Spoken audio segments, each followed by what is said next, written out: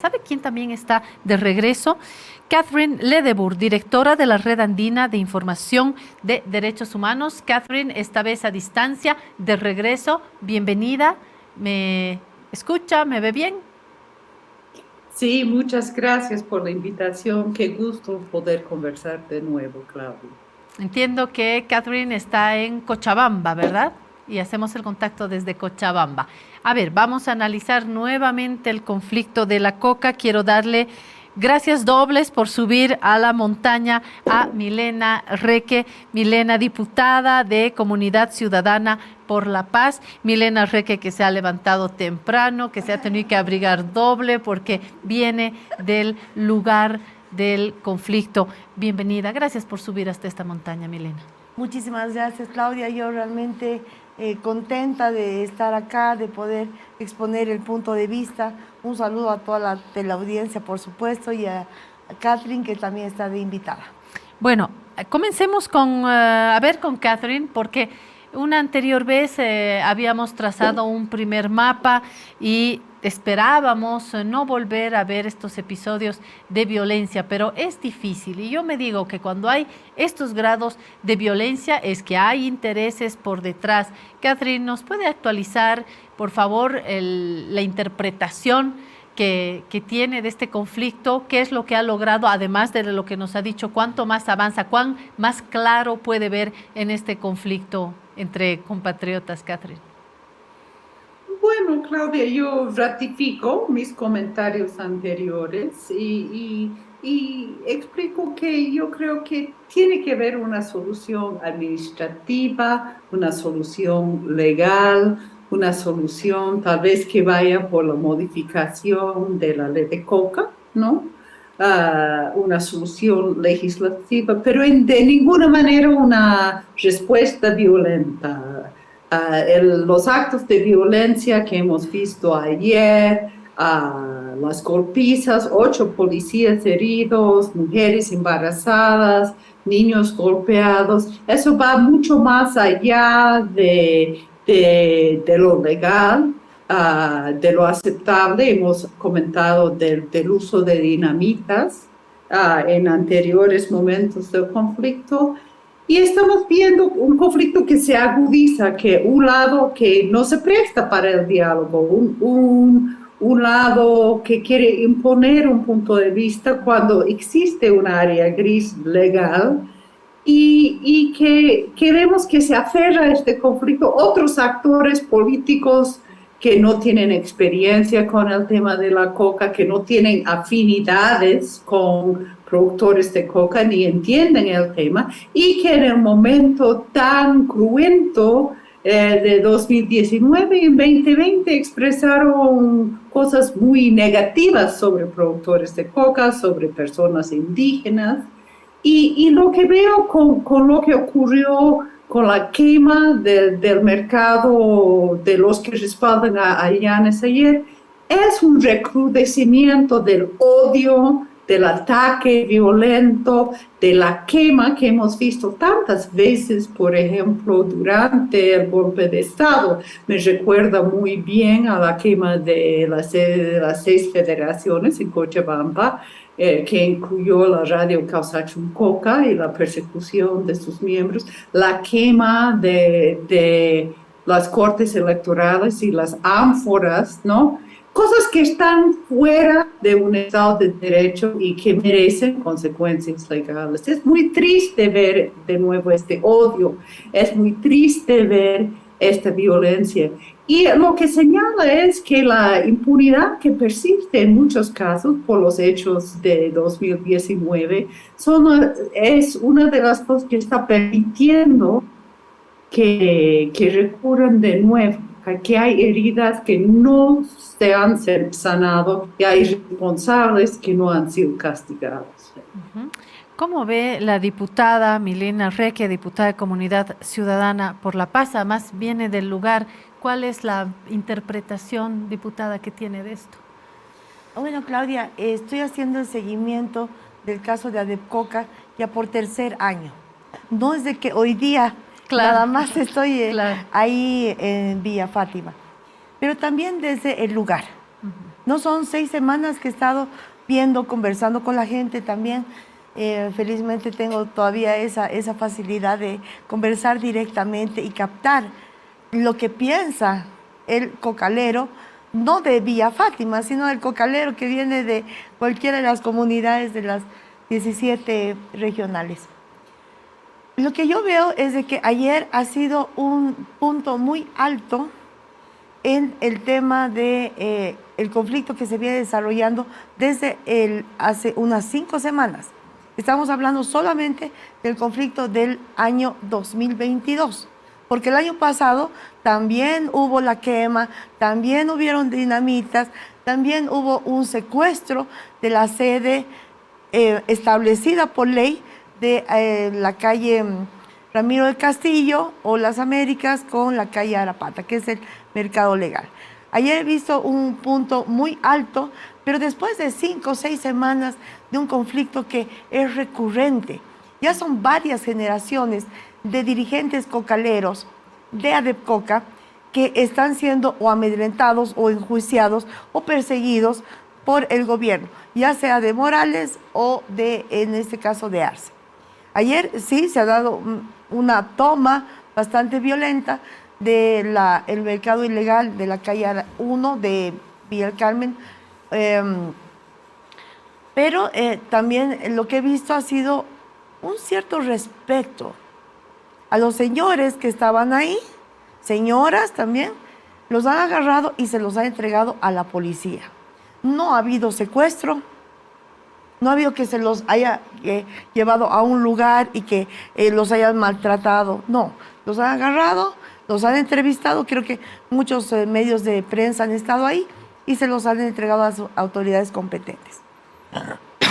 Pero también hemos visto heridos. He visto, a ver, es complicado dar siempre el contexto justo, pero personas desnudas, personas sangrando, niños absolutamente amedrentados. Es decir, no he visto mucho respeto, diputada. Bueno, el día, si no me equivoco, 8 o 9 de agosto, he estado en el lugar donde le dinamitaron al señor Plácido Cota, ¿no? Del hospital Arcoíris me he ido al lugar de los hechos. No había un precinto de seguridad, no había un fiscal que esté investigando el caso. Todo el mundo, más allá de cualquier afinidad partidaria o política que pueda tener, se ha conmovido, se ha quedado, pero terriblemente impactado por las imágenes que hemos visto de cómo el señor Cota se queda como casi 1 hora, se le impide el acceso de las ambulancias. El papá estaba ahí en la esquina pidiendo que la ambulancia ingrese y que lo puedan socorrer oportunamente.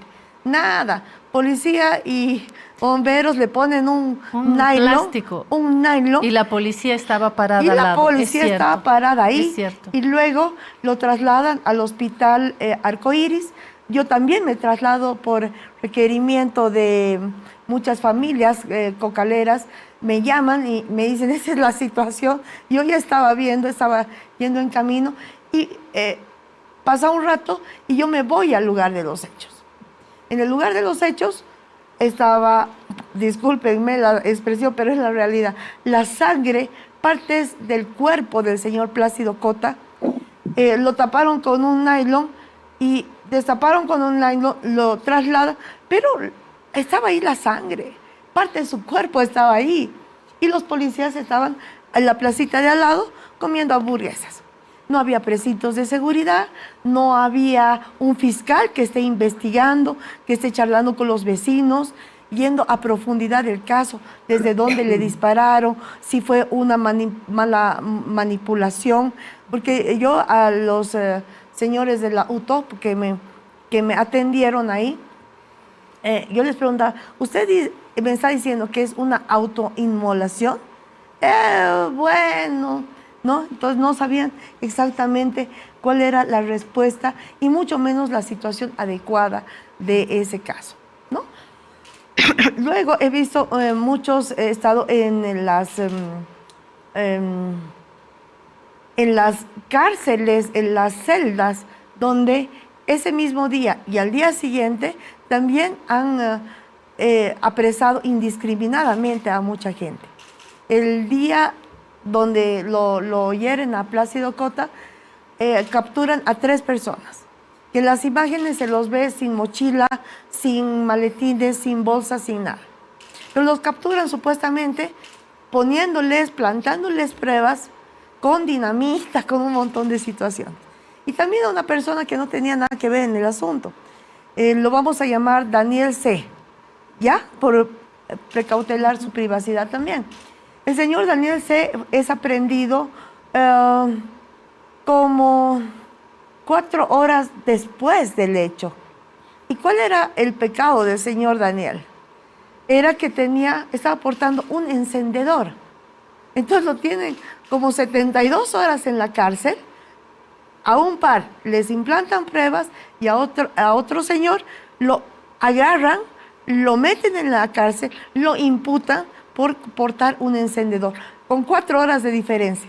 Entonces el argumento era de que el señor Daniel tenía el encendedor para prender las mechas de dinamita que ellos no portaban en el momento en que fueron apresados.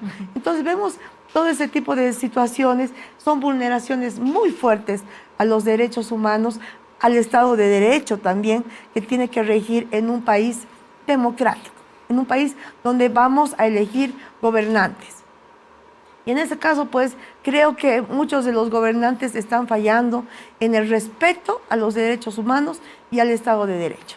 Otra vez siento, Catherine, Milena, que estamos en una espiral de violencia, sabemos dónde comienza, no sabemos dónde termina, termina en el hospital, termina con estos casos que ya estamos mencionando en este diálogo, por no hablar del sufrimiento de la gente que está ahí alrededor, de la gente que está sufriendo el ruido de la dinamita, el miedo, que no está pasando clases, estamos negando el acceso a la educación de niñas, niños, adolescentes en el lugar, y está la contaminación política también, porque en medio de esto se habla de que si es sector afín al movimiento al socialismo, que si están yendo diputados de Comunidad Ciudadana, que si los están yendo a recibir a la marcha, atravesado esto también por los ejes políticos que no deberían contaminar ni determinar una solución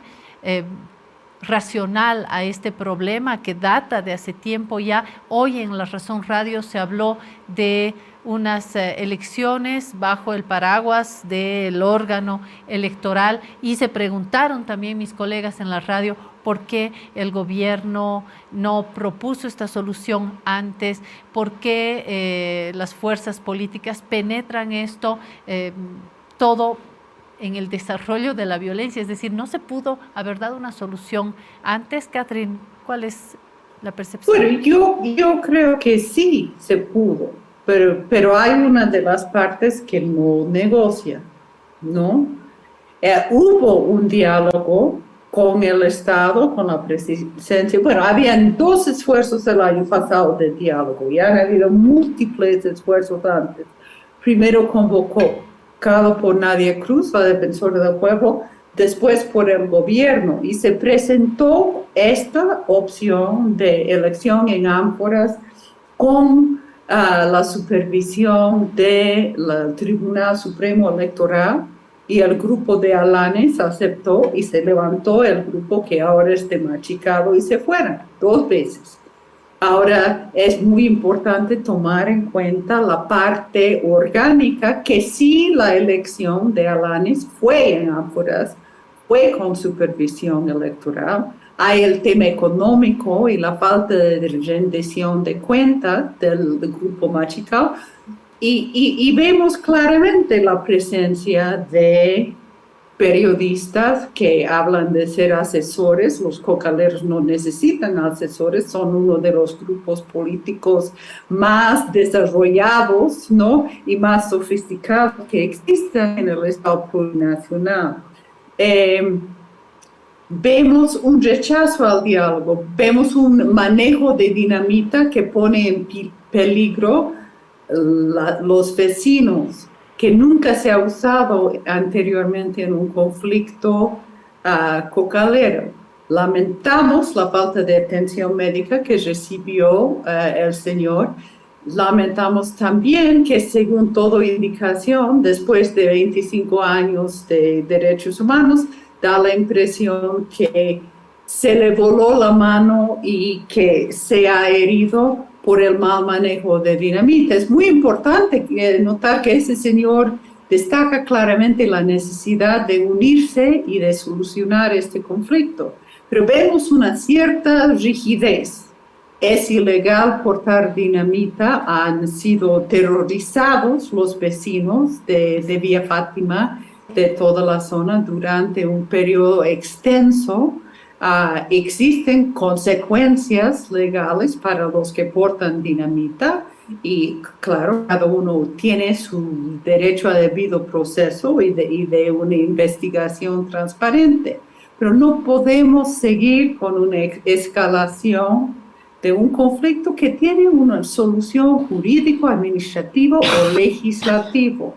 Entonces hay una preocupación de grupos de la oposición. Ahora del gobierno del MAS no veo una posición clara, no veo una posición clara del Ministerio de Desarrollo Rural y Tierras, no veo que respaldan a un grupo u otro, no, en sus declaraciones, y son ellos, según la ley 906, la ley de coca, que deberían determinarlo. Yo quisiera destacar que el tema de violación de derechos humanos de productores de coca ha sido histórico, ¿no? Yo trabajo con productores de coca hace 25 años, y que eso también fue una característica clave de 2019 y 2020, un gobierno que fue apoyado por la otra entrevistada, por la diputada, ¿no? Donde hubo masacre de productores de coca del trópico de Cochabamba. Uno de ellos acaba de fallecer sin justicia, y que habían también encarcelamiento de miembros de ADEP Coca, de Elena Flores y de otros elegidos de ADEP Coca, que no eran afines del gobierno de Áñez. Entonces, este es un conflicto que se tiene que parar y tener una solución legal basado en el diálogo. Pero hay una parte que no quiere dialogar, y hay un apoyo político curioso de grupos que no tienen un aprecio por la hoja de coca o por el tema del productor de coca indígena originario, que preocupa, que nos empuja de nuevo de esos conflictos agudos de la época del golpe de Estado, y no podemos volver a esto. Tenemos que sanar estas heridas, tiene que haber consecuencias legales para que los bolivianos y bolivianas vamos más allá, y los productores de coca también tengan el derecho de vender su producto de manera legal. Aquí otra vez lo que dice Catherine, se destaca el papel del gobierno, esta no intervención o a tiempo o no clara o no determinante, firme. Creo que deja el espacio a estos momentos de violencia, y creo también que no solamente el gobierno, los representantes de otras fuerzas también podrían ayudar a intentar un camino que logre una solución definitiva. Milena, usted lo ha dicho, esto se repite y es en agosto y es el año pasado, ¿verdad? Desgraciadamente, repito, son varias generaciones de dirigentes que están siendo vulnerados. En la medida en que el gobierno o el masismo, ¿no?, tratando de hacer una separación entre el gobierno y el partido político, quiera lograr la hegemonía, el control total sobre la zona de los Yungas, va a haber conflicto. Es Elena Flores, puede ser Arnold Alanes o algún nombre que pueda surgir en el futuro. Y eso tampoco creo que está dentro del marco de la ley. Lo que se ha dado en este año es de que ADEPCOCA, legalmente establecida, está demandando del gobierno el cumplimiento de la ley. Entonces realmente es una situación inaudita, creo que a nivel mundial, de que el pueblo le demande al gobierno que cumpla la ley. La ley no se negocia, la violencia tampoco. Entonces yo creo que ahí el ministro de Tierras, Raimi González, Lovera también, tiene que sentarse, hacer un trabajo de gabinete, hacerse asesorar, ¿no? Y hacer una lectura correcta de la ley 906 y de los decretos que ellos han también gestado, ¿no es cierto?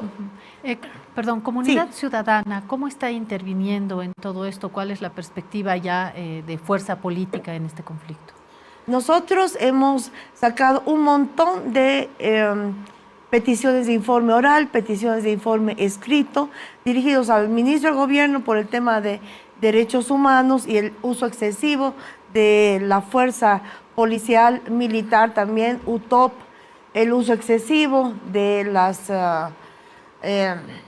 los gases, ¿no? De los agentes químicos, que realmente vulneran no solamente al sector de ADEPCOCA, sino a todo el vecindario, ¿no? Del distrito 13, que es la zona de Villa del Carmen y Villa Fátima.